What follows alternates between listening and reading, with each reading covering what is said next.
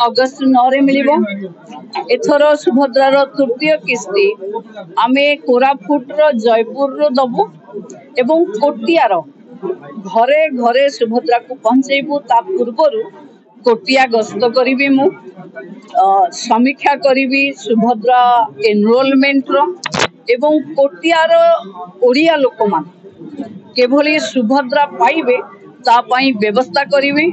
कोटिए 2,40,000 भौणी माने एथरक रक्षाबंधन दिन माननीय मुख्यमंत्री रक्षाबंधन रो तोहफा नेबे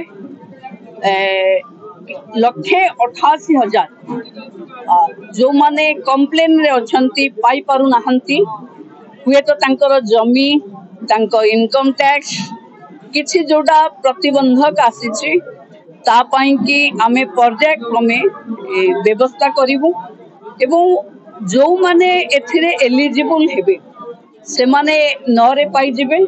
जो माने रही गले पुणी मार्च 8 रे एका बेले के सब किस्तीर पैसा एका बेले के पाइबे कारण सुभद्रा रे किछि लॉस करिवार नाही। जे जेतो बेले एलिजिबल तार सब किस्ती से एका बेले के पाइबे। जीरो इनकम टैक्स 6 लाख जाय इनकम हेले देई दो किंतु आमे 2.5 लाख इनकम अधिक हेले सुभद्रा पाई एलिजिबल नहे बोली बैरिकेड अछि।